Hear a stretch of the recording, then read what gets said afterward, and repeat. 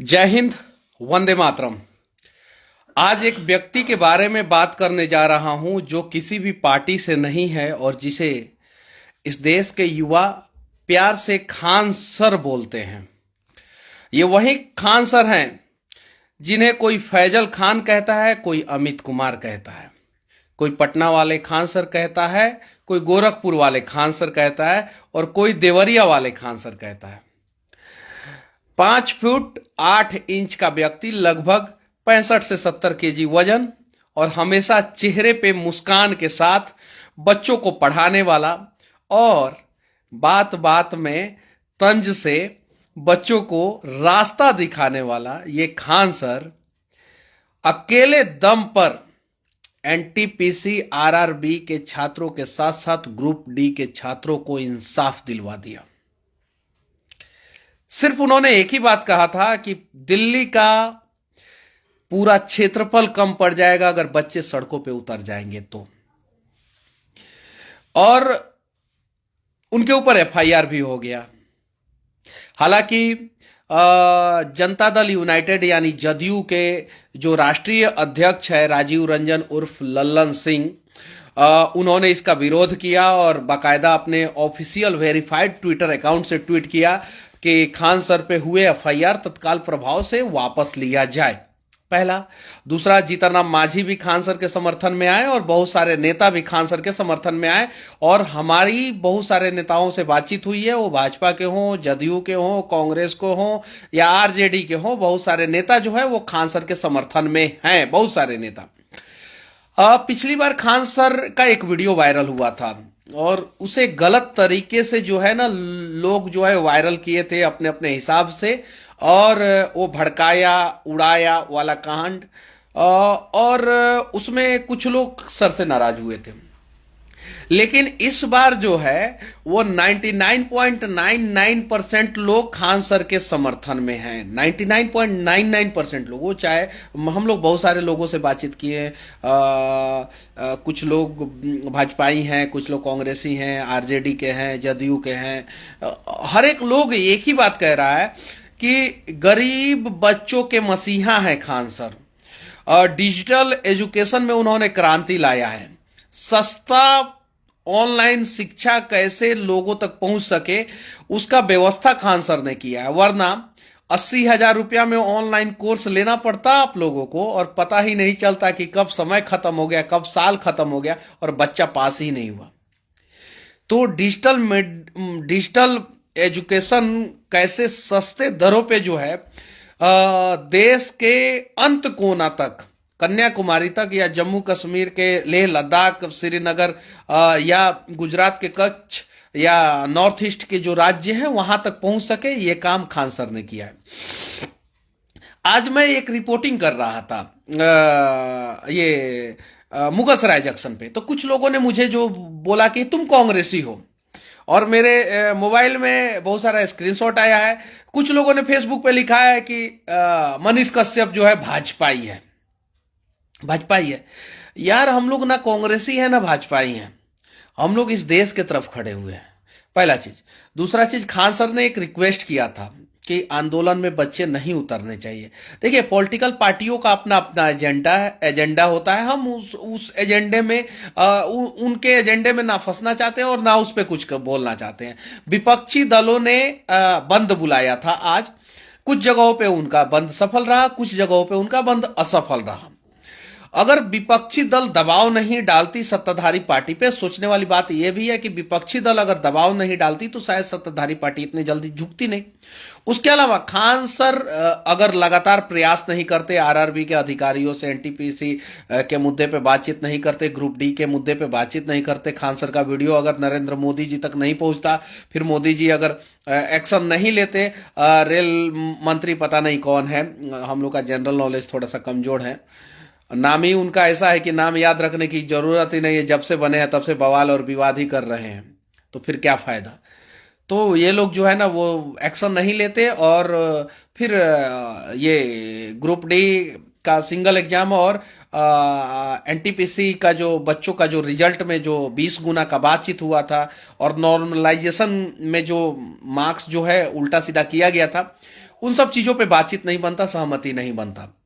ये चीजें, तो ये चीजें समझना चाहिए। और जब तक मतलब कि एनटीपीसी समझे उससे पहले देर हो चुका था, आरआरबी वाले समझे उससे पहले देर हो चुका था, और इसमें कहीं नहीं तो कहीं आरआरबी के अधिकारियों की गलती है। अब हमारा मांग यही है कि जिन जिन आरआरबी के अधिकारी जो एग्जाम कंडक्ट किए थे, जो रिजल्ट घोषित किए थे, जो नियम लगाए थे, उन आरआरबी के अधिकारियों पे कार्रवाई हो। देखिए, उत्तर प्रदेश में एक नियम है, योगी आदित्यनाथ ने बनाया है, बहुत अच्छा नियम बनाया। दंगा करोगे हम तुम्हारे संपत्ति से जो है ना भरपाई करेंगे। तो ये जो भी हुआ, आरा में जो इंजन जलाया गया एक, या जो गया में जो श्रमजीवी एक्सप्रेस जला दिया गया, राजेंद्र नगर स्टेशन पे ट्रेन को रोक दिया गया, पटना में ट्रेन को रोक दिया गया, तो ये आरआरबी के अधिकारियों की गलती की वजह से हुआ है। अगर वो गलती नहीं करते तो छात्र सड़कों पे नहीं उतरते, और छात्र के भेष में कुछ उपद्रवी तत्व जो है ना, ये सब काम नहीं करते। तो आरआरबी के जितने भी अधिकारी हैं जिन्होंने ये गलती किया है, उनका अकाउंट पहले फ्रीज किया जाए। पहला काम उनका अकाउंट फ्रीज किया जाए। और एक अशोक यादव जी लिख रहे हैं, आशुतोष यादव जी लिख रहे हैं, एयरफोर्स के एग्जाम के बारे में भी बोलिए। और मैं आज एयरफोर्स के एग्जाम के बारे में भी बोलूंगा। गर्म है क्या? उसके भी एग्जाम के बारे में बोलूंगा। तो ये चीजें हैं, उन लोगों का अकाउंट फ्रीज किया जाए। आरआरबी के जितने भी अधिकारी उनका अकाउंट फ्रीज किया जाए, और उनके अकाउंट में जितना भी पैसा है उस पैसे से जो है ना उस इंजन का जो है मरम्मत कराया जाए, श्रमजीवी एक्सप्रेस का जो बोगी जला उसका मरम्मत कराया जाए, पहला चीज। दूसरा चीज, आशुतोष यादव जी से मैं कह देना चाहता हूं, देखिए समस्या क्या है। हमारा एयरफोर्स सरकारी संस्थाएं तो छोड़ दीजिए, अब तो डिफेंस में भी जो है ना कटौती किया जाने लगा है। आर्मी में पिछले 75 साल में पहली बार 1 लाख कटौती किया गया, और इसके विरोध में थे सीडीएस जनरल बिपिन रावत, जो हमारे सीडीएस थे, जिनका हवाई जहाज हेलीकॉप्टर दुर्घटना ग्रस्त हो गया और वो मर गए। और जांच में पाया गया कि मौसम खराब था, जो वो one of the best safest helicopter था, जो हर एक मौसम में उड़ सकता था, वो एक साफ मौसम में मौसम खराब दिखा के जो है ना उनका हेलीकॉप्टर क्रैश हुआ। जो भी है उस पर हम लोग ना बोलना चाहते हैं, ना उलझना चाहते हैं, ना ही कुछ अंधभक्तों से गाली सुनना चाहते हैं, ठीक है। तो उन्होंने साफ साफ कहा था कि 1 लाख कटौती आर्मी में की जा रही है, उन्होंने कहा था। और ये इसके खिलाफ थे, सीडीएस जनरल बिपिन रावत जो है खिलाफ थे कि आर्मी की संख्या बढ़ाया जाए, और उल्टा कटौती किया गया। 75 साल के इतिहास में अमृत महोत्सव 2022 में 15 अगस्त को जो हम लोग मनाने वाले हैं, इस इतिहास में पहली बार आर्मी की संख्या कम की गई, और उसके खिलाफ थे वो। एयरफोर्स में भी संख्या कम की जा रही है, और नेवी में भी संख्या कम की जा रही है। अब क्या होगा कि इन सब जगहों पे जो है वो प्राइवेट लोग बहाल होंगे। कैसे प्राइवेट लोग बहाल होंगे, आप लोग पता करें। अब जो है, पहले आर्मी में खाना भी आर्मी वाले ही बनाते थे, कपड़े भी आर्मी वाले ही धोते थे, बाल काटने वाले आर्मी वाले ही होते थे। अब धीरे धीरे ये प्राइवेट होने शुरू हो गए, और जो बाल काटता था वो हथियार भी चलाता था, उसको हथियार चलाने का भी ट्रेनिंग दिया जाता था। आर्मी में जो ड्राइवर होते थे वो आर्मी वाले ही होते थे।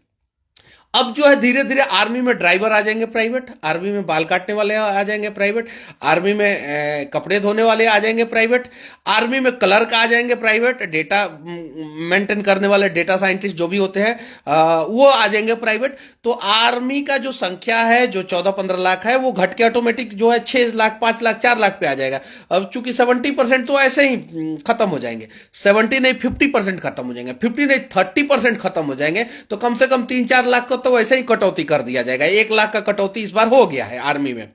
सेम कंडीशन एयरफोर्स में अप्लाई किया जाएगा। जो एयरफोर्स में फाइटर प्लेन जो पोंछते हैं, जो ग्रीसिंग करते हैं, जो उसका टायर चेक करते हैं, जो उसका इंजन बनाते हैं, वो सब एयरफोर्स वाले ही होते हैं। वो टेक्निकल में जाते हैं, वो सब एयरफोर्स वाले ही होते हैं। अब क्या होगा कि उसके जगह पे जो है आप जो है नॉन टेक्निकल को प्राइवेट से लोगे, जो टायर पंचर बनाएगा फाइटर प्लेन का, जो उसमें उसका इंजन सर्विसिंग करेगा, ये सब जो है प्राइवेट से आने शुरू हो जाएंगे। जो उसमें वेल्डिंग करेगा, अगर कुछ ये होता है तो वेल्डिंग करेगा, तो ये प्राइवेट से आने शुरू हो जाएंगे। फाइटर प्लेन चलाएगा एयरफोर्स का जवान, वो एयरफोर्स का रहेगा। तो इसमें भी 50% कटौती हो जाएगा एयरफोर्स में। अब नेवी में आते हैं। नेवी में क्या है कि बड़ा बड़ा जहाज होता है। पहले बड़े बड़े जहाज को बनाते थे नेवी वाले, अब जहाज को कौन बनाएगा? अब नेवी वाले नहीं बनाएंगे, अब प्राइवेट आएंगे जहाज को बनाने। अब प्राइवेट वाले आएंगे, बड़े बड़े टरबाइन को बनाएंगे, मोटर को बनाएंगे, बैटरी उसमें इंस्टॉल करेंगे, सर्विसिंग करेंगे, वेल्डिंग करेंगे। सिर्फ और सिर्फ नेवी वाले जो एक्टिव फोर्स होते हैं, एक्टिव कॉप्स होते हैं, वो रहेंगे। तो इस वजह से आर्मी में भी कटौती हो रही है, एयरफोर्स में भी कटौती हो रही है और नेवी में भी कटौती हो रहा है। हमारा दुश्मन चीन, जो बार बार हमारे साथ धोखा करने का प्रयास कर रहा है। अगर गलवान घाटी में जितने चीनी सैनिक थे, 400 चीनी सैनिक थे, हमारे 800 होते, तो शायद 400 में 400 चीनी सैनिकों को जो है ना, हमारी सेना जो है ना, वो पहाड़ के नीचे गिरा देते। अब वो 400 थे, हमारे 200 थे, हमारे 200 से भी कम थे, फिर भी बहादुरी का परिचय देके चीन को सबक सिखा दिए। तो जहां हमारे सेना की संख्या को बढ़ाने की जरूरत है, वहां घटाया जा रहा है। जहां एयरफोर्स में 450 फाइटर प्लेन चाहिए, अभी आप लोग सर्च मार के देख लीजिए, 450 फाइटर प्लेन चाहिए। पेट्रोल डीजल का दाम बढ़ाया गया, फाइटर प्लेन नहीं लाया गया। पिछले 7 साल में सिर्फ और सिर्फ 36 रफेल फाइटर आया है और कम से कम 50 से तो ऊपर फाइटर प्लेन गिर गया है, यानी माइनस में चल रहा है पिछले 7 साल में। S-400 मिसाइल, जिसको बार बार कहते हैं कि हमने डिफेंस डील किया है, बहुत बड़ा डिफेंस रसिया से डील किया है, वो 4 आया है। कम से कम 40 S-400 मिसाइल चाहिए और S-400 हमें नहीं चाहिए। रसिया ने S-600 बना लिया है, यानी अपग्रेडेड वर्जन चाहिए हमें, और S-600 हमारे पास नहीं है। तो आर्मी, एयरफोर्स, नेवी जो सबसे ज्यादा जॉब देता है, वो सेंट्रल गवर्नमेंट का जॉब, वो कौन कौन सा डिपार्टमेंट देता है, वो मैं आप लोगों को बता देना चाहता हूं। डिफेंस सेक्टर, रेलवे सेक्टर, ठीक है, उसके बाद से रेलवे सेक्टर के बाद से बैंकिंग सेक्टर, ठीक है, रेलवे, डिफेंस और बैंकिंग, ये 3 सेक्टर जो है ना सबसे ज्यादा जॉब देता है। और चौथे नंबर पे होता है एसएससी। ये 4 सेक्टर की क्या स्थिति है, इसमें सबसे बढ़िया कंडीशन में है अभी डिफेंस।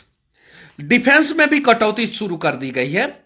कम से कम एयरफोर्स, आर्मी और नेवी अगर तीनों को ऐड कर दिया जाए तो 30% कटौती होने वाला है 2027-28 तक। 30%, यानी 30% संख्या ऑटोमेटिक कम हो जाएगा, ऑटोमेटिक कम हो जाएगा। उसके अलावा आप बैंकिंग में आ जाते हैं। सबसे ज्यादा डिफेंस, उसके बाद से रेलवे। रेलवे पे आते हैं। रेलवे की स्थिति क्या है आप देख सकते हैं। अब जो है तेजस ट्रेन, अब समस्या क्या है कि जैसे दानापुर मंडल है, दानापुर मंडल किसी प्राइवेट एजेंसी को दे दिया जाएगा। उसमें डीआरएम वीआरएम रैंक के अधिकारी जो है ना, वो सरकारी रहेंगे, और बड़े बड़े अधिकारी जो है सरकारी, स्टेशन मास्टर एक स्टेशन पे बैठेंगे तो 3-4 अधिकारी वो सरकारी रहेंगे, बाकी सब प्राइवेट रहेंगे। अभी जो है आप पता कीजिए तेजस ट्रेन कैसे चलाया जा रहा है। आप पहले इसके बारे में पता कीजिए कि तेजस ट्रेन किस प्रकार से चलाया जा रहा है। जैसे सड़क आज भी सरकार का ही है, वैसे ही रेलवे ट्रैक सरकार का ही रहेगा। ट्रैक बनाएगा कोई और, जैसे सड़क कोई और बनाता है और टोल लेता है, तो ट्रैक बनाएगा कोई और उस ट्रैक पे जब ट्रेन चलेगी तो वो सेक्शन वाइज सेक्शन ट्रैक बनाएगा और उससे टोल लिया जाएगा। तो सेम सड़क वाला कंडीशन जो है ना, NHAI वाला कंडीशन जो है ना, रेलवे पे अप्लाई किया जा रहा है सेम। इससे क्या हो जाएगा, रेलवे जो है वो 90% प्राइवेट हो जाएगा, 100% प्राइवेट नहीं होगा, 90%। जैसे NHAI में अभी भी सरकारी इंजीनियर होते हैं, NHAI के बहुत सारे सरकारी इंजीनियर होते हैं, लेकिन 90% जो है प्राइवेट इंजीनियर NHAI में काम करते हैं। वैसे ही रेलवे में 10% जो है सरकारी अधिकारी काम करेंगे, कर्मचारी काम करेंगे, और 90% प्राइवेट। इस प्राइवेटाइजेशन के को मतलब कि बढ़ावा देने के लिए ये RRB के अधिकारियों ने NTPC का रिजल्ट गलत घोषित किया। अब NTPC चला गया है जांच में, अब कोर्ट में जाएगा, तारीख पे तारीख होगा, और उसके बाद से क्या होगा वो पता नहीं, ठीक है। अब आते हैं हम आर्मी के बाद रेलवे हो गया, रेलवे के बाद अब आते हैं हम लोग SSC में कैसे कम किया गया, और उसके अलावा जो है एक और डिपार्टमेंट है आर्मी, रेलवे, SSC और बैंकिंग। हाँ, बैंकिंग इंपॉर्टेंट, तीसरे नंबर पे है बैंकिंग। देखिए पहले 18 से 21 शायद से नेशनलाइज बैंक था, पहले उसको जो है कस्टमाइज किया गया, कुछ बैंकों को बेच दिया गया, कुछ बैंकों को मर्ज कर दिया गया, वो अभी 10 से कम हो गए और टोटल 6 बैंक सरकार रखना चाहता है, 6। यानी 2024 तक आप देश में सिर्फ 6 बैंक रहेंगे, और फिर 2029 तक का प्लानिंग है कि सरकार जो है ये 6 में से 3 बैंक को खत्म करके 3 ही बैंक रखे। अब मैं बताता हूं कैसे। पहले अलग अलग सेक्टर में जो है अलग अलग टेलीकॉम ऑपरेटर हुआ करते थे। ऑरेंज था, हच था, एस्टेल था, यूनिनॉर था, एयरसेल था, टाटा डोकोमो था, इंडिकम था, आइडिया था, वोडाफोन था, एयरटेल था, जियो था, रिलायंस स्मार्ट था। ये सब अलग अलग टेलीकॉम सेक्टर में अलग अलग टेलीकॉम कंपनियां थी। उसके बाद से एक नीति अपनाया गया, कुछ सस्ते प्लान लॉन्च कर दिए गए, कुछ कंपनियां बर्बाद हो गई, खत्म हो गई। उसी प्रकार से मर्जिंग का शुरू हुआ, कुछ कंपनियां मर्ज हो गई, किसी में टाटा इंडिकम किसी और को दे दिया, डोकोमो किसी और को दे दिया, एयरसेल किसी और को दे दिया, एयरसेल एयरटेल से मर्ज हो गया, यूनिनॉर एयरटेल से मर्ज हो गया, आइडिया वोडाफोन एक साथ मर्ज हो गए। तो मर्जिंग का, वैसे ही बैंकिंग को मर्ज किया जा रहा है, मर्ज किया जाएगा। बाद में अभी जो है 10 है, उसके बाद से 6 किया जाएगा, 6 के बाद 3 कर दिया जाएगा, सिर्फ 3 ही। जैसे अभी 3 टेलीकॉम ऑपरेटर ही है भारत में, तो 3 कर दिया जाएगा। उसमें क्या होगा कि जब 3 हो जाएगा तो सीटें कम हो जाएगी। जो तीसरा सबसे ज्यादा डिफेंस रेलवे के बाद सबसे ज्यादा, तीसरा सबसे ज्यादा बैंकिंग सेक्टर जो है जॉब देता था, वो जॉब देना बंद हो जाएगा और प्राइवेट बैंकिंग सेक्टर बूम करना शुरू हो जाएगी। उसके बाद से चौथा आते हैं एसएससी। अब देखिए एसएससी जो है वो मतलब कि सबसे चहेता जॉब होता था मिडिल क्लास बच्चों के लिए। बिलो मिडिल क्लास और अपर मिडिल क्लास बच्चों के लिए सबसे चहेता जॉब होता था एसएससी। अब धीरे धीरे जो है ना डिपार्टमेंट में प्राइवेट लोग आते जा रहे हैं, प्राइवेट बहालियां होते जा रही है, ऑडिट प्राइवेट एजेंसियां से कराई जा रही है, सुपरविजन प्राइवेट लोगों से कराया जा रहा है, प्राइवेट इंजीनियर हायर किया जा रहा है, तो प्राइवेट क्लर्क हायर किया जा रहा है, एडमिनिस्ट्रेटिव डेस्क पे बैठने वाले लोग प्राइवेट हो जा रहे हैं, साफ सफाई प्यून चपरासी सब प्राइवेट हो रहे हैं। तो एसएससी में भी जो है ना अभी वर्तमान समय में 40% जॉब खत्म हो चुका है, 60% बचा हुआ है और भविष्य में इसको भी खत्म करके 30% पे लाने वाले हैं ये लोग। ठीक है, तो ये इससे जो है ना देखिए ये सब चीजों को समझना होगा। और जब तक हम लोग नहीं समझेंगे, देखिए आप आसानी से मुझे कह सकते हैं कि अरे तू तो कांग्रेसी है, इस वीडियो को देखने के बाद, और कुछ वीडियो को देखने के बाद आसानी से कह सकते हैं अरे तू तो भाजपाई है। लेकिन बड़ा मुश्किल होगा आपको कि आप मुझे कह दे कि अरे मनीष कश्यप राष्ट्रवादी है, क्योंकि जब आप राष्ट्रवादी होंगे ना तो राष्ट्रवादी लोगों का सोच और समझ पाएंगे। जैसे हम लोग खान सर को समझते हैं, अरे शुद्ध सोना है वो, सिर्फ और सिर्फ देश के बारे में सोचते हैं, सिर्फ उनके एक मतलब कि आप सोच सकते हैं कि पेरेंट्स और बच्चे कितना प्यार करते हैं उनको। तो उनके पास बहुत सारा नॉलेज है, बहुत सारी जानकारियां हैं और वो देश के बारे में बात करते हैं। हम लोगों को देश के बारे में बात करना चाहिए और किस प्रकार से जो है ना, देखिए सरकारें आती हैं, सरकारें जाती हैं। इसके पहले कांग्रेस की थी, उस समय भी अच्छे दिन नहीं थे, अभी है, अभी भी अच्छे दिन नहीं है। अच्छे दिन कब आएंगे? जब सरकार जो है जनता की आएगी। और जनता की सरकार कब आएगी? जब हम देश के नाम पे वोट करेंगे। लेकिन समस्या क्या है, जब देश के नाम पे वोट करते हैं तो वही लोग जो है ना देश को बेचने का प्रयास करते हैं। जब देखिए ये सरकारें कह रही है कि लॉस मेकिंग कंपनियों को हम लोग बेच रहे हैं, जितनी भी सरकारी लॉस मेकिंग कंपनियां उसको बेच रहे हैं। चलिए ठीक है, लॉस मेकिंग कंपनियों को बेच रहे हैं, एयर इंडिया को बेच दिया, भारत पेट्रोलियम को क्यों बेच रहे हैं? और आप लोगों को नहीं पता है, एनटीपीसी आरआरबी के विवाद में हम लोग फंसे हैं। ये हाई लेवल के नेता जो विपक्ष में है ना, ये सोचते ही नहीं है कुछ। भारत पेट्रोलियम बिक रहा है, देश का तीसरा सबसे बड़ा पेट्रोलियम कंपनी जो है ना भारत पेट्रोलियम, और प्रॉफिट मेकिंग कंपनी है, लॉस मेकिंग कंपनी नहीं है। लॉस मेकिंग तो समझ में भी आता है ना कि घाटे में कंपनी है तो बेच रहे हैं। जब कंपनी ऑलरेडी फायदे में है, भारत पेट्रोलियम फायदे में है कंपनी, आप उठा के देख लीजिए, घाटे में नहीं है और सही ढंग से भारत पेट्रोलियम चल रहा है। और सबसे अच्छे ढंग से जो है ना ऑपरेशन भारत पेट्रोलियम का होता है। इंडियन ऑयल और हिंदुस्तान पेट्रोलियम से भी अच्छा ढंग से ऑपरेशन भारत पेट्रोलियम का होता है, उसको बेचा जा रहा है। हम एनटीपीसी आरआरबी के विवाद में फंसे रहेंगे तब तक पता चलेगा भारत पेट्रोलियम हमारा बिक गया।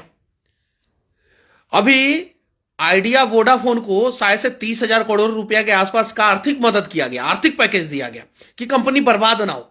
वो उतना पैसा जो है ना बीएसएनएल को क्यों नहीं दिया गया? क्यों नहीं दिया गया? हम लोगों ने आवाज उठाया, मैंने और एक और पत्रकार हैं बक्सर के कुमार अभिनव, पब्लिक प्लेटफॉर्म वाले, लगातार हम लोग बीएसएनएल और जियो इन सब विवाद पे आवाज उठाए। पता है क्या हुआ? एक महीना में, दिसंबर महीना में जियो ने 84 लाख कस्टमर खो दिया। फर्स्ट टाइम ऐसा हुआ कि दिसंबर महीना 2021 में जियो ने 84 लाख कस्टमर खोया, बीएसएनएल 26 लाख कस्टमर गेन किया। और पहली बार ऐसा हुआ कि किसी महीना में जो है ना 10 साल बाद जो है ना बीएसएनएल ने सबसे ज्यादा सिम बेचा। 10 साल बाद।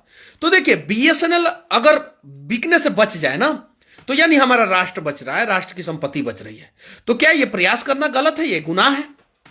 और क्या ये ऐसा प्रयास किया जाएगा तो हम भाजपाई हो जाएंगे?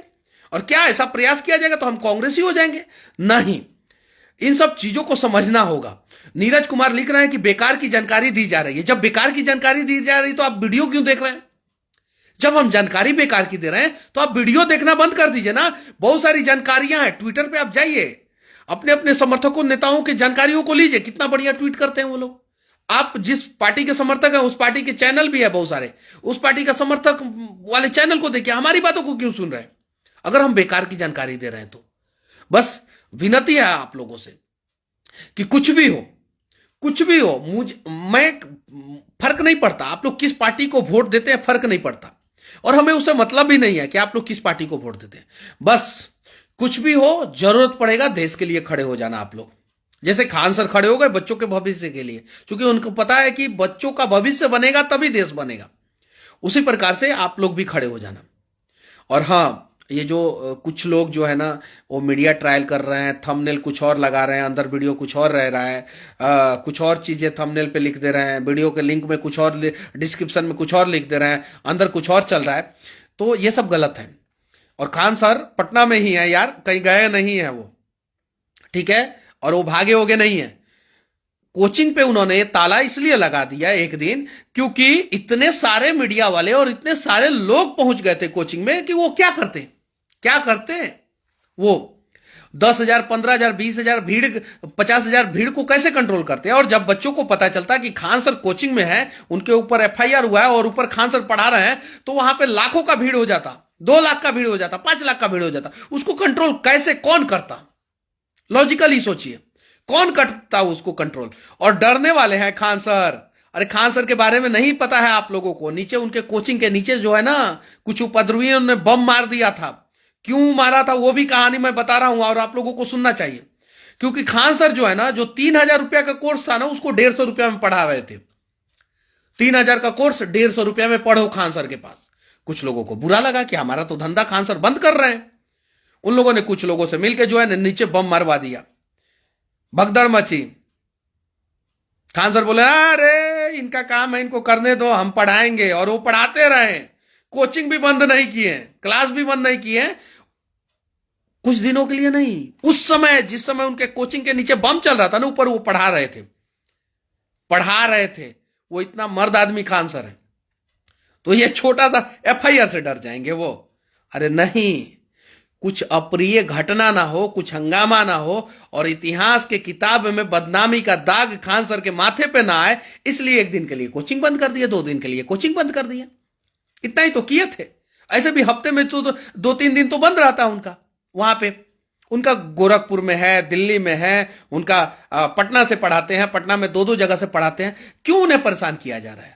और सिर्फ जो है ना गरीब बच्चों को सही से एजुकेशन मिल सके। खान सर को देख के बहुत सारे यूट्यूब पे टीचर आ गए, सस्ते दामों पे पढ़ाने लगे, कुछ लोग तो फ्री में पढ़ाने लगे। बहुत सारे क्लासेस यूट्यूब पे फ्री में चलते हैं due to only one reason कि खान सर को देखे वो लोग और सोचे कि खान सर के पास इतना सब्सक्राइबर हो सकता है, इतना व्यू हो सकता है, और यूट्यूब जब खान सर को पैसा दे सकता है तो हमें भी दे सकता है। ये चीज है। लेकिन यूट्यूब इतना पैसा नहीं देता है कि 107 करोड़ रुपया का ऑफर खान सर ठुकरा दे। ये चीज है, इन सब चीजों को समझना होगा। और जब तक हम लोग नहीं समझेंगे ना, बहुत बहुत मतलब कि कहीं नहीं तो कहीं जो है ना एक भरोसे का शिक्षक जो है ना बहुत दिनों बाद मिला है। हालांकि बहुत सारे शिक्षक जो है ना वो अच्छा काम कर रहे हैं, बहुत सारे शिक्षक अच्छा काम कर रहे हैं। खान सर हैं, विपिन सर हैं, वर्मा सर हैं, उसके अलावा भी बहुत सारे शिक्षकों पे एफआईआर हुआ है। सभी लोग अच्छा काम कर रहे हैं, लेकिन उनको फंसाने का प्रयास किया गया। ऐसा क्यों किया जा रहा है? आज उन लोगों के समर्थन में हम लोगों को आना होगा। और कहीं नहीं तो कहीं जो है ना ये सभी शिक्षक, ऐसा नहीं है एक शिक्षक, ये सभी शिक्षक जो है ना ये सरकार से डरने वाले शिक्षक नहीं है, नहीं डर सकते। कुछ ऐसा गलत ना हो इसलिए जो है वो लोग मतलब कि खान सर ने 1 दिन के लिए 2 दिन के लिए बंद किया था, बाकी कुछ नहीं। चाहिए ना, पढ़िए उनके पास। तो कुछ लोग वहां पे पहुंच गए, खान सर के ऊपर हुआ एफआईआर, खान सर हो गए फरार। यार कहां फरार होंगे वो और कहां भागेंगे? गलत चीजों को ना दिखाया जाए, प्लीज, विनती है आप लोगों से, विनती है। और वो आदमी जेल जाने से नहीं डरता है। जाके देखिए ना, बहुत सारे मीडिया में बाइट है उनका कि क्या करेगा सरकार, उठा के लेके जाएगा, लेके जाएगा, लेके जाएगा। जाके देखिए, बहुत सारे चैनल पे बाइट पड़ा हुआ है उनका। और सरकार भी इतना मूर्ख नहीं है जो खान सर जैसे शिक्षक जो चहेते हैं बच्चों के, उनको उठा के जेल में डालने का प्रयास करे। तो इन सब चीजों को समझिए और हो सके तो देश के लिए कुछ करने का प्रयास किया जाए। अब आप कांग्रेस के समर्थक हैं, भाजपा के समर्थक हैं, जदयू, आरजेडी, मुलायम, मायावती, अखिलेश, ममता बनर्जी, शिवसेना, वामपंथी, जिस भी पार्टी के, कम्युनिस्ट विचारधारा, जिस भी पार्टी के, फर्क नहीं पड़ता, लेकिन आपके अंदर राष्ट्रवाद होना चाहिए। और राष्ट्र के लिए क्या सही है, क्या गलत है, इसकी जानकारी और इतना बुद्धि और विवेक आपके अंदर होना चाहिए। और जो भी करें आप राष्ट्र के लिए करें, फिर कोई फर्क नहीं पड़ता कि आप किस पार्टी के समर्थक हैं। नेताओं के लिए नहीं, उनका विचारधारा नहीं मानना है बस। और मैं ये नहीं कह रहा हूं कि आप इस पार्टी का समर्थन कीजिए, आप जिसको करना है कीजिए, लेकिन उस पार्टी का समर्थन करने से पहले आपको देश का समर्थन करना होगा, देश के लिए खड़े होना होगा। और ये चीजें जो है ना, हमें खान सर से सीखना होगा। बस विनती है आप लोगों से कि कुछ ऐसा ना किया जाए जिससे हमारी राष्ट्र की संपत्ति को नुकसान हो, हमारे राष्ट्र को नुकसान हो, और इतिहास के पन्ने में जो है ना, कुछ कलंकित चीजों को लिखा जाए। बस, बाकी हमारा यह प्रयास कैसा लगा आप लोग कमेंट करके जरूर बताना।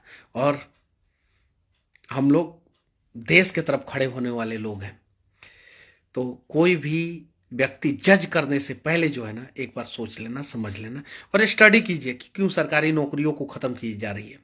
और हालांकि हाँ, ये बात सही है कि बहुत सारे सरकारी कर्मचारी जो है काम नहीं करते थे, ये भी कारण है एक, लेकिन असली कारण ये नहीं है। उसके बारे में मैं अगले वीडियो में बताऊंगा कि क्यों सरकारी कर्मचारी काम नहीं करते थे और क्यों जो है वही चीजें प्राइवेट कर्मचारी काम करते थे, और क्या रीजन था इसका, उसके बारे में भी मैं अगले वीडियो में बताऊंगा। बाकी के लिए जय हिंद, शुभ रात्रि।